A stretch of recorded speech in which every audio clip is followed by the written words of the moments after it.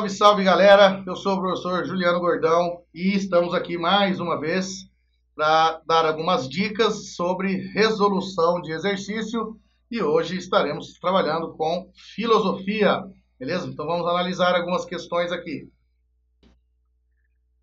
Acerca da dialética, pode-se afirmar que...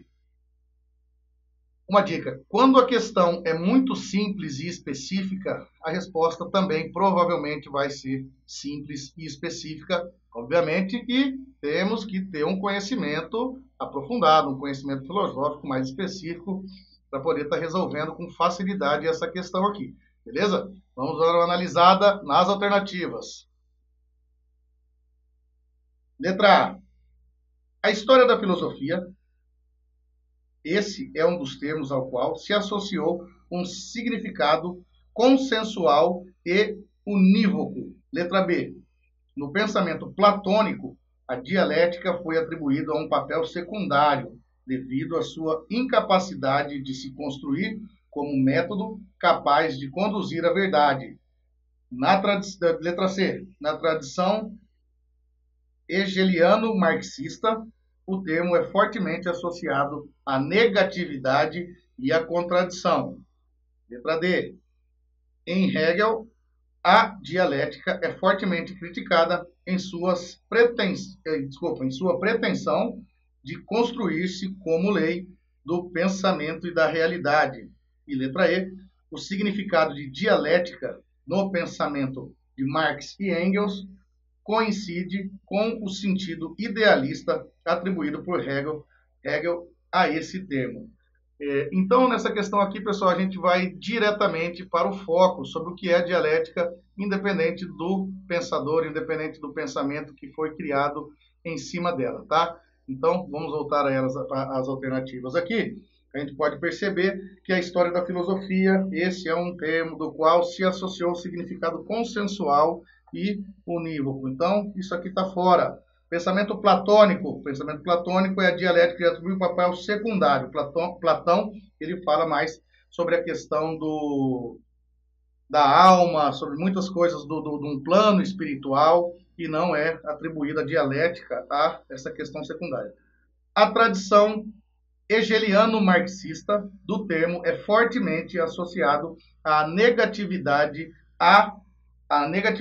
e a contradição, que num processo dialético a gente sabe que esses dois pontos aqui, quando ele fala da questão da negatividade e da contradição, que é fortemente associado às duas, a gente já elimina as outras, marcando a letra C. Beleza? Agora vamos para a próxima questão. O termo coisa em si expressa o que a coisa é, independentemente de sua relação com o homem, para o qual é um objeto do conhecimento. Sobre esse significado, pode-se dizer que... Nessa questão aqui também é muito simples. Se você assistiu às nossas últimas aulas, a gente falou sobre a questão do enunciado, de interpretar o que o enunciado quer. Então, se a gente voltar aqui para este enunciado, o termo coisa em si expressa o que a coisa é, independente de sua relação com o homem, para o qual é um objeto do conhecimento. Sobre esse significado, pode-se dizer. Então, o que ele quer saber? O significado dessa expressão dentro dos processos. Vamos lá. Letra A.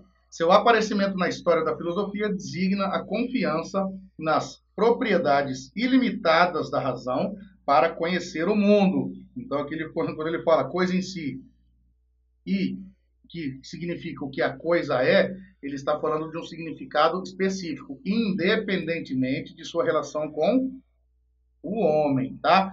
Então, aqui na letra A, quando ele fala do aparecimento histórico da filosofia, dessa expressão, designa confiança e propriedades ilimitadas em razão para conhecer o mundo. Então, ela independe esse processo de razões, de a questão mundana em si, com relação ao homem, diretamente. Então, a letra A está fora. O termo adquiriu grande importância na filosofia cartesiana, designando o princípio que possibilita a produção de ideias claras e distintas pela razão. Então, quando fala assim, quando aqui a gente observa que o termo ele adquiriu grande importância na filosofia no processo cartesiano, que é um período mais, que a gente vai voltar a falar mais especificamente nas aulas, ele designa o princípio que possibilita a produção de ideias claras. Então, se isso aqui fosse uma ideia clara com relação a essa expressão, a gente poderia ter uma resposta mais sucinta dentro desse processo. Então, ela não está destinado diretamente voltado para a razão. Então, a letra B a gente pode eliminar também. Letra C.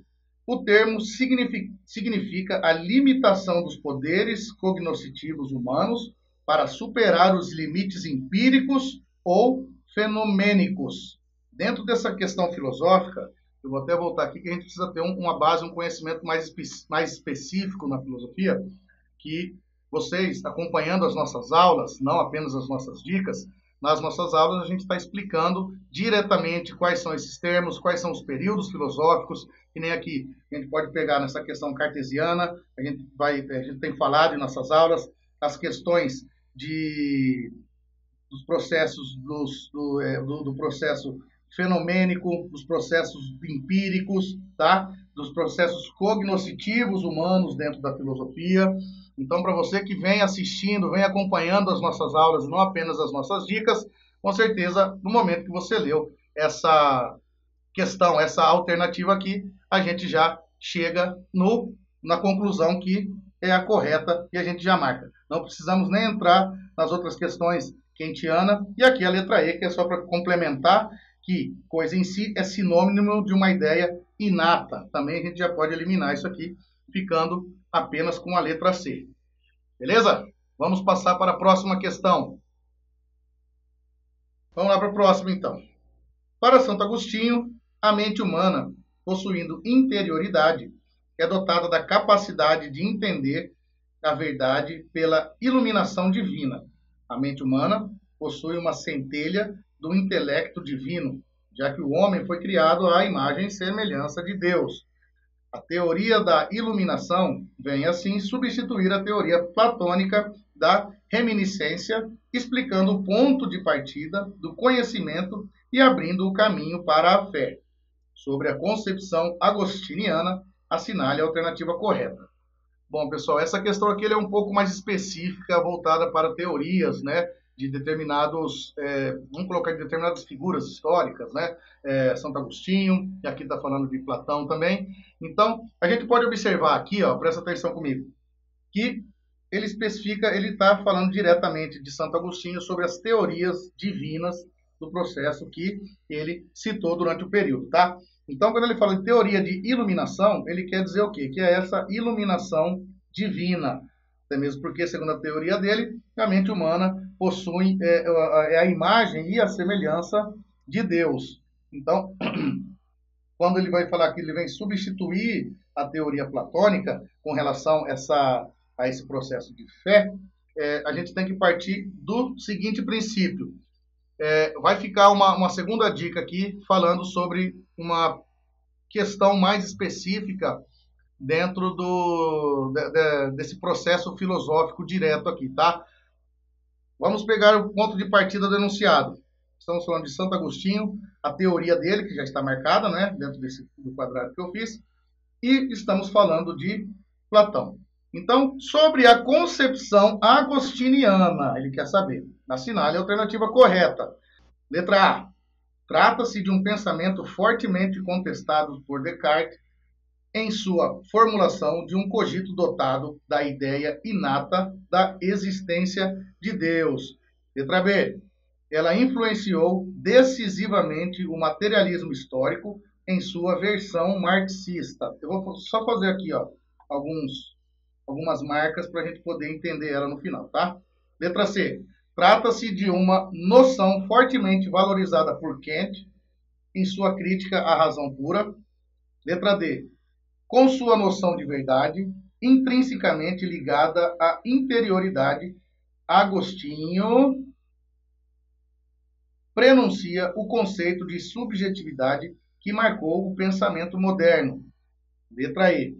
Ela expressa a crítica incisiva dirigida por Agostinho ao platonismo cristão.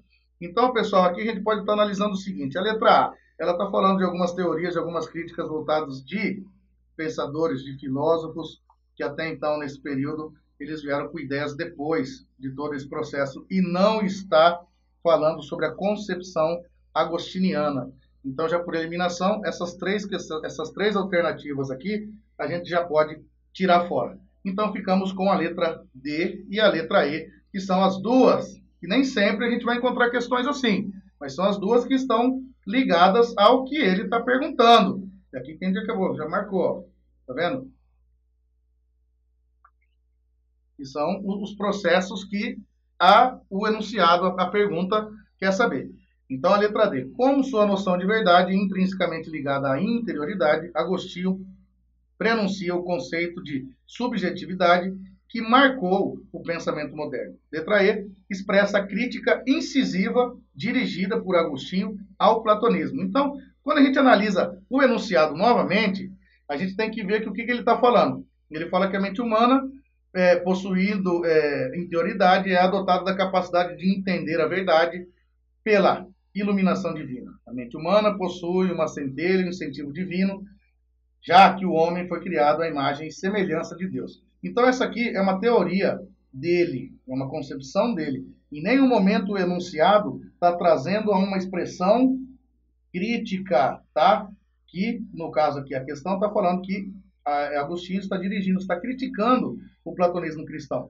Então, por esses pontos que a gente citou aqui agora, eliminando as alternativas, a gente fica com a letra D. Então, é isso aí, pessoal. Espero que vocês tenham gostado de mais essas dicas aqui e contamos com vocês nas próximas que vem por aí, beleza? Beijo do gordo para vocês e até a próxima.